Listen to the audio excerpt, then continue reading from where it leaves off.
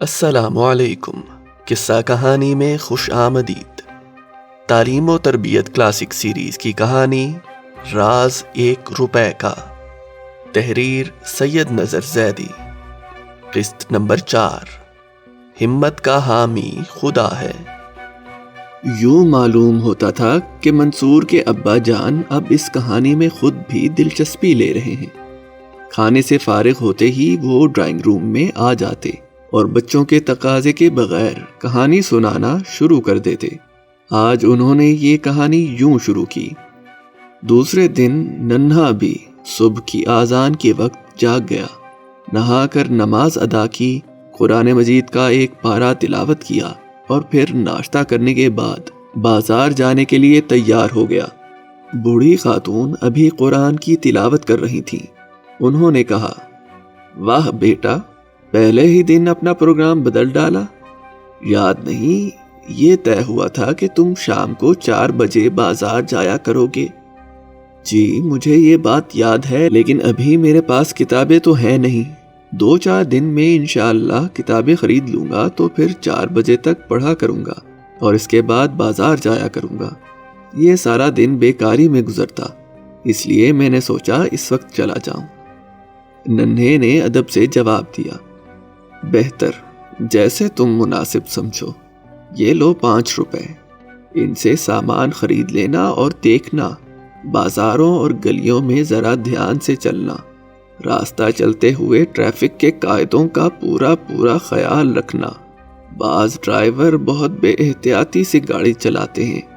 خاتون نے بات ختم کر کے اپنے دوپٹے کے پلو سے 5 روپے کا نوٹ کھول کر ننھے کی طرف بڑھایا، لیکن وہ اپنی جگہ خاموش کھڑا رہا۔ خاتون سمجھ گئی کہ وہ نوٹ نہیں لینا چاہتا۔ انہوں نے پیار سے کہا، لے لو بیٹے، بغیر سامان کے تم کس طرح تجارت کرو گے؟ سامان تو روپے سے ہی خریدا جا سکتا ہے۔ جی دراصل میرا ارادہ تو یہ ہے کہ آپ کو کسی قسم کی تکلیف نہ دوں۔ پہلے کہیں محنت مزدوری کروں اور پھر کچھ پیسے جمع ہو جائیں تو سامان خرید کر پھیری لگانا شروع کر دوں۔ ننھے نے شرماتے ہوئے کہا۔ اس کی یہ بات سن کر خاتون نے کہا، بیٹے یہ بات اچھی طرح سمجھ لو کہ سب سے عمدہ اور اچھی راہ اعتدال یعنی درمیان کی ہے۔ اگر کوئی آدمی نیکی میں بھی ایسی راہ اپنا لے کہ دنیاوی تعلقات اور رشتوں کا خیال ہی نہ کرے تو یہ بھی ایک طرح کا عیب بن جاتا ہے۔ دنیا کے تمام انسان اس بات پر مجبور ہیں کہ ایک دوسرے کے کام آئیں۔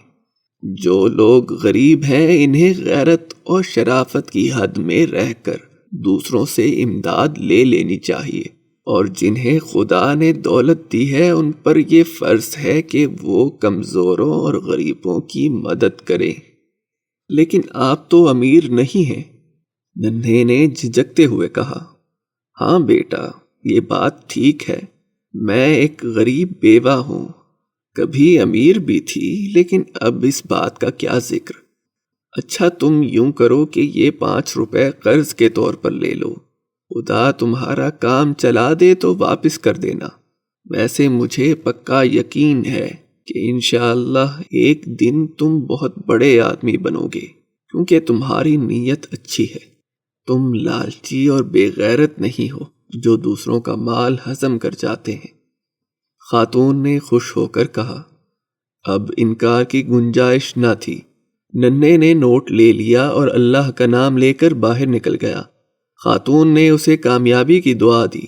بازار آ کر ننھے نے ایک دکان سے ماچس کے بنڈل اور موم بتیاں خریدیں اور ان چیزوں کو ایک ڈبے میں سجا کر پھیری لگانے والوں کی طرح آوازیں لگانے لگا، بڑھیا موم بتیاں ماچسیں لے لو، ننھا سوداگر آ گیا۔ پہلے تو آواز لگاتے اور ڈبہ اٹھاتے پھرتے ہوئے اسے بہت شرم آئی، لیکن پھر رفتہ رفتہ جھجک دور ہو گئی اور وہ اپنی کراری باریک آواز میں موم بتیوں اور ماچسوں کی تعریفیں کرتا ہوا شہر کی سڑکوں اور گلیوں میں پھرنے لگا۔ سارا دن پھرنے کے بعد وہ گھر آیا تو اس کی جیب میں 5.5 روپے تھے اور کچھ ماچسیں اور موم بتیاں ابھی باقی تھیں۔ وہ اپنی اس کامیابی پر بہت خوش تھا۔ اسے یوں محسوس ہو رہا تھا کہ وہ پہلے دن ہی ایک کامیاب تاجر بن گیا ہے۔ خاتون نے بھی اسے خوب شاباش دی۔ دوسرے دن ننھے نے 5.5 روپے کا سامان خریدا اور 5 روپے کے 6 روپے بنا کر گھر آ گیا۔ غرض یہ کہ اس طرح اس کا حوصلہ اور سرمایہ بڑھتا رہا، یہاں تک کہ صرف 8 دن کے اندر ہی اس نے خاتون کے 5 روپے لوٹا دیے۔ کتابیں اور پڑھنے لکھنے کا دوسرا سامان اس کے لیے بوڑھی خاتون خرید لائی تھیں۔ اب وہ پروگرام کے مطابق شام کے 4 بجے تک پڑھتا، 4 بجے سے رات کے 8 بجے تک پھیری لگاتا۔ اس کے علاوہ گھر کے کاموں میں بھی خاتون کا ہاتھ بٹاتا تھا۔ وہ اپنی اس زندگی سے ہر طرح خوش تھا۔ اس کا دل چاہتا تھا کہ اب اس میں کسی قسم کی تبدیلی نہ آئے، لیکن دنیا میں کوئی بڑے سے بڑا انسان بھی ایسا نہیں جس کے سب کام اس کی خواہش کے مطابق چل رہے ہوں۔ اللہ پاک ہر شخص کی زندگی میں تبدیلیاں لاتا رہتا ہے، اور اس کے سوا کوئی نہیں جانتا کہ یہ تبدیلیاں کیوں آتی ہیں۔ ہاں، یہ بات ضرور ہے کہ ان تبدیلیوں پر صبر کرنے والوں کے ساتھ اللہ تعالی ہوتا ہے۔ 3-4 مہینے پرسکون زندگی گزارنے کے بعد ننھے کی زندگی میں پھر انقلاب آیا۔ ایک دن وہ ڈبے میں ماچسیں اور موم بتیاں سجائے بازار میں پھر رہا تھا کہ اسے صغیر اور کبیر مل گئے۔ یہ دونوں شریر بھائی اپنے جیسے کئی لڑکوں کے ساتھ شور مچاتے چلے آ رہے تھے۔ ان کے ہاتھوں میں سگریٹ تھے اور گنڈوں کی طرح دھواں اڑا رہے تھے۔ ننھے کو دیکھا تو دونوں بھاگتے ہوئے اس کے پاس آ گئے۔ صغیر اس کے کندھے پر زور سے ہاتھ مارتے ہوئے بولا، واہ ننھے، یہ ٹھاٹھ ہے؟ استاد کہاں غائب ہو گیا تھا تو؟ پتہ ہے ابا جی نے تھانے میں رپورٹ لکھوا رکھی ہے تیرے خلاف۔ کیوں لکھوا رکھی ہے رپورٹ؟ ننھے نے پوچھا۔ کیا میں نے ڈاکہ ڈالا ہے کسی کے گھر؟ ڈاکہ نہیں ڈالا تو اور کیا کیا ہے؟ روپے نکال کر کون بھاگا ہے امی جان کے ٹرنک میں سے؟ کبیر نے اس کا ہاتھ پکڑتے ہوئے کہا، چل ہمارے ساتھ، گھر چل کر ساری باتیں معلوم ہو جائیں گی۔ میں تو تمہارے ساتھ نہیں جاؤں گا، ننھے نے ہاتھ چھڑواتے ہوئے کہا۔ واہ، جائے گا کیسے نہیں، ہم تجھے زبردستی لے جائیں گے، چور کہیں کا۔ یہ کہہ کر صغیر نے اسے زور سے گھسیٹا۔ اس کھینچا تانی میں ننھے کے ہاتھ سے ڈبہ چھوٹ گیا اور ساری موم بتیاں اور ماچسیں سڑک پر بکھر گئیں۔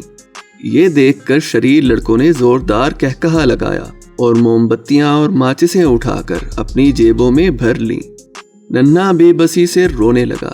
سڑک پر شور شرابہ ہوا تو بہت سے راہگیر کھڑے ہو گئے۔ پولیس کا ایک سپاہی بھی آ گیا۔ اس نے پوچھا، کیا ہے، کیوں شور مچا رکھا ہے؟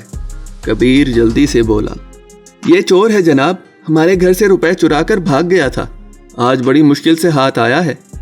ننھا روتے ہوئے بولا، یہ جھوٹا ہے جناب، میں چور نہیں ہوں، یہی سب چور ہیں، انہوں نے میری ساری موم بتیاں اور ماچسیں جیبوں میں بھر لی ہیں۔ سپاہی نے ننھے کا بازو پکڑ لیا اور اسے گھسیٹتے ہوئے بولا، بچو، صرف تو ہی نہیں، دنیا کے تمام مجرم خود کو بے گناہ سمجھتے ہیں۔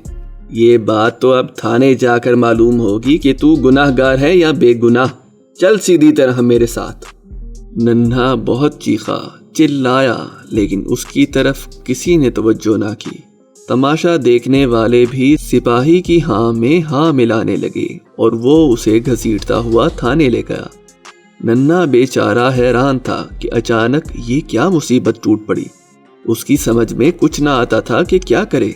تھانے لے جا کر سپاہی نے اسے تھانے دار کے سامنے پیش کر دیا اور جھوٹ سچ ملا کر یہ کہانی سنائی کہ جناب، یہ ایک خطرناک چور ہے، آج بڑی مشکل سے ہاتھ آیا ہے، مجھے جان کا خطرہ تھا لیکن میں نے اسے چھوڑا نہیں۔ مجھے تو ایسا معلوم ہوتا ہے کہ اس کا تعلق چوروں کے کسی بہت بڑے گروہ سے ہے۔ ایسے ہی لڑکے جاسوسی کر کے شہر میں چوریاں کرواتے ہیں۔ اس سپاہی نے جو کہانی سنائی تھی اور اس غریب لڑکے کو جس انداز میں پیش کیا تھا وہ بہت ہی خطرناک تھا، لیکن اتفاق سے تھانے دار بہت شریف آدمی تھا۔ وہ کچھ دیر گہری نظروں سے ننھے کی طرف دیکھتا رہا، پھر بولا، اللہ پاک نے تجھے کیسی پیاری شکل و صورت دی ہے، ایسی حرکتیں کرتے ہوئے شرم نہیں آتی؟ لیکن جناب، میں بالکل بے گناہ ہوں، میں تو بازار میں ماچسیں اور موم بتیاں فروخت کرتا ہوں۔ حوالدار صاحب شریر لڑکوں کے کہنے میں آ کر مجھے یوں ہی پکڑ لائے ہیں۔ ننھے نے روتے ہوئے کہا۔ کہاں ہیں وہ لڑکے؟ تھانے دار نے سپاہی کی طرف دیکھ کر سوال کیا۔ وہ لڑکے جناب، سپاہی ادھر ادھر دیکھ کر ہکلانے لگا، کیونکہ لڑکے غائب تھے۔ یہ کیا بکواس ہے عنایت علی؟ پہلے بھی تم اس طرح ایک بے گناہ آدمی کو پکڑ لائے تھے۔ پولیس کی وردی پہننے کا یہ مطلب تو نہیں کہ تمہیں خدائی اختیارات مل گئے ہیں۔ ہم پوچھتے ہیں کیوں پکڑ کر لائے بچے کو؟ کس کی رپورٹ پر گرفتار کیا ہے؟ تھانے دار نے غصے بھری آواز میں کہا۔ سپاہی نے اب تک اس بات پر دھیان ہی نہ دیا تھا کہ جن شریر لڑکوں کے کہنے پر اس نے ننھے کو گرفتار کیا تھا انہیں ساتھ لانا ضروری تھا۔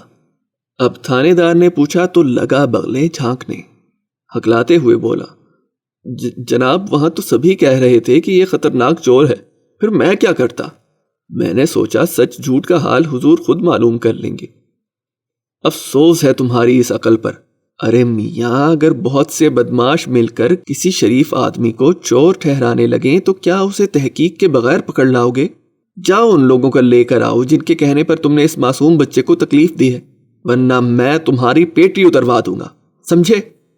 تھانے دار نے سپاہی کو ڈانٹا۔ یہ سن کر ننھے کو کچھ حوصلہ ہوا۔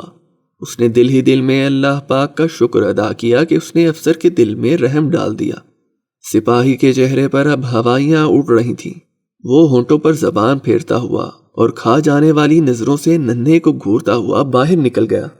سپاہی کے جانے کے بعد تھانے دار صاحب کچھ دیر تک ضروری کاغذات دیکھتے رہے، پھر ننھے کی طرف دیکھ کر بولے، دیکھو میاں، یہ بات اچھی طرح سمجھ لو کہ اگر تم جھوٹ بولو گے تو تمہارا جھوٹ بالآخر ظاہر ہو جائے گا۔ شاید تم پولیس کی طاقت سے واقف نہیں ہو، یہ زمین کی 7 تہوں میں سے بھی راز ڈھونڈ نکالتی ہے۔ اب بھی وقت ہے، اپنے بارے میں ہمیں بالکل ٹھیک ٹھیک بات بتا دو، سمجھے؟ جی میں بالکل ٹھیک کہہ رہا ہوں، آپ چاہیں تو سپاہی بھیج کر اماں جی سے میرے بارے میں معلوم کر لیں، ننھے نے کہا۔ اسے یقین تھا کہ تحقیق کرنے پر میں سچا ثابت ہوں گا۔ اماں جی کون ہیں؟ تھانے دار نے سوال کیا۔ جی وہی خاتون جن کے پاس میں اب رہتا ہوں، آپ سپاہی بھیجیں گے تو وہ بالکل ٹھیک بات بتا دیں گی، ننھے نے جواب دیا۔ تھانے دار صاحب کچھ دیر سوچتے رہے، پھر کاغذات اور رجسٹر میز کے دراز میں رکھتے ہوئے بولے، ہم سپاہی کو نہیں بھیجتے بلکہ خود تمہارے ساتھ چلتے ہیں۔ تھوڑی دیر بعد تھانے دار صاحب اسے ساتھ لے کر باہر نکل آئے۔ سڑک پر آ کر انہوں نے رکشہ لیا اور اماں جی کے گھر کی طرف روانہ ہو گئے۔ ننھا عام طور پر 8 بجے رات تک گھر آ جایا کرتا تھا۔ اس وقت تک اماں جی نماز کی چوکی پر بیٹھی درود شریف پڑھتی رہتی تھی۔ کمروں کے علاوہ باورچی خانے کی بتی بھی روشن رہتی تھی کیونکہ ان کی نماز کی چوکی باورچی خانے کے قریب ہی تھی۔ لیکن آج وہ تھانے دار صاحب کے ساتھ گھر آیا تو گھپ اندھیرا چھایا ہوا تھا، حالانکہ ابھی 7 ہی بجے تھے۔ تھانے دار صاحب دروازے پر رک گئے اور ننھے کی طرف دیکھ کر بولا، اس گھر میں کوئی رہتا بھی ہے؟ رہتا کیوں نہیں جی، اس میں تو اماں جی رہتی ہیں، آپ یہیں ٹھہریے، میں دیکھتا ہوں بتیاں کیوں بجھی ہوئی ہیں، کہیں بجلی خراب نہ ہو گئی ہو۔ تھانے دار صاحب نے اسے اندر جانے کی اجازت دی۔ اس نے اندر جا کر پہلے صحن کی بتی جلائی اور پھر اماں جی کے کمرے کی، اور یہ دیکھ کر اسے ہلکا سا چکر آ گیا کہ اس کی پیاری اماں جی اپنے پلنگ پر بے سدھ پڑی اکھڑے اکھڑے سانس لے رہی ہیں۔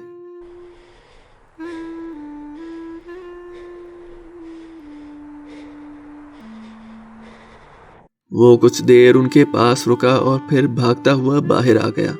تھانے دار صاحب روشنی دیکھ کر مطمئن ہو گئے تھے۔ انہوں نے اسے پریشان دیکھا تو سوال کیا، کیوں میاں، کیا بات ہے؟ کیا تمہاری اماں جی کہیں گئی ہوئی ہیں؟ جی گئی ہوئی تو کہیں نہیں، لیکن وہ اپنی چارپائی پر بے ہوش پڑی ہیں، ننھے نے گھبرائی ہوئی آواز میں کہا۔ مہربانی کر کے آپ انہیں دیکھ لیجئے، ان کا کوئی عزیز رشتہ دار نہیں ہے؟ تھانے دار صاحب نے سوال کیا۔ جی نہیں، وہ اکیلی ہی ہیں، خدا کے لیے آپ میرے ساتھ چلیے۔ ننھا اس وقت بہت گھبرایا ہوا تھا۔ تھانے دار صاحب نے کچھ دیر غور کیا اور پھر کچھ کہے بغیر اس کے ساتھ اماں جی کے کمرے میں آ گئے۔ بوڑھی خاتون بالکل بے ہوش تھی، تھانے دار صاحب نے جھک کر ان کی نبض دیکھی، پیشانی کو ہاتھ لگایا اور پھر ننھے کی طرف دیکھ کر بولے، ان بیچاری کو تو بہت تیز بخار ہے، اس محلے میں کوئی ڈاکٹر نہیں ہے؟ اگر ہو تو جلدی سے بلا لاؤ، ہم یہی ٹھہرتے ہیں۔ جی ہے تو صحیح، میں ابھی لاتا ہوں۔ ننھا یہ کہہ کر تیزی سے باہر نکل گیا اور جب تھوڑی دیر بعد لوٹا تو ایک ڈاکٹر صاحب اس کے ساتھ تھے۔ ڈاکٹر صاحب نے اپنے ہینڈ بیگ سے آلہ نکال کر بڑی بی کے دل کی حرکت دیکھی، نبض کا معائنہ کیا اور پھر تھانے دار صاحب کی طرف دیکھ کر بولے، مریض کی حالت تسلی بخش نہیں ہے، آپ لوگوں نے بہت دیر بعد ان کی خبر لی، بخار دماغ کو چڑھ گیا ہے، میں اپنی طرف سے کوشش کرتا ہوں، ممکن ہے اللہ پاک ان کی جان بچا دے۔ یہ کہہ کر ڈاکٹر صاحب نے ہینڈ بیگ کھول کر ٹیکا لگانے کا سامان نکالا اور ٹیکا تیار کر کے اماں جی کے بازو میں لگا دیا۔ پھر تھانے دار صاحب کی طرف دیکھ کر بولے، اگر آپ بچے کو میرے ساتھ بھیج دیں تو میں دوا دے دوں گا، ہوش میں آتے ہی ایک خوراک پلا دیجیے گا اور پھر 3 گھنٹے بعد دیتے رہیے، اور ہاں ان کے سر پر برف کی تھیلی بھی رکھیے۔ تھانے دار صاحب نے اپنی جیب سے 50 روپے کا نوٹ نکال کر ڈاکٹر صاحب کو دیتے ہوئے کہا، آپ اس بچے کو ساتھ لے جائیے اور دوا بھیج دیجیے، یہ آپ کی فیس اور دوا کی قیمت ہے۔ ڈاکٹر صاحب ننھے کو ساتھ لے کر باہر نکل گئے۔ کچھ دیر بعد ننھا برف لیے ہوئے اماں جی کے کمرے میں داخل ہوا تو تھانے دار صاحب کرسی پر بیٹھے اداس نظروں سے چھت کی طرف دیکھ رہے تھے۔ انہوں نے ننھے کو دیکھ کر کہا، ڈاکٹر صاحب ٹھیک کہتے تھے، ہم کافی دیر سے پہنچے، تمہاری اماں جی فوت ہو گئی ہیں، صبر کرو، اب صبر کرنے کے سوا کوئی چارہ نہیں۔ یہ بات سن کر ننھا چیخیں مار مار کر رونے لگا، اسے یوں لگا کہ اللہ نے اسے ایک بار پھر یتیم کر دیا ہے۔ نیک دل تھانے دار نے محلے والوں کو بلا کر اماں جی کے کفن دفن کا انتظام کیا اور ننھے کو اپنے ساتھ لے کر گھر آ گئے۔ انہوں نے اسے تسلی دی کہ جب تک کوئی اور انتظام نہیں ہو جاتا ہم تمہیں اپنے پاس ہی رکھیں گے، باقی آئندہ۔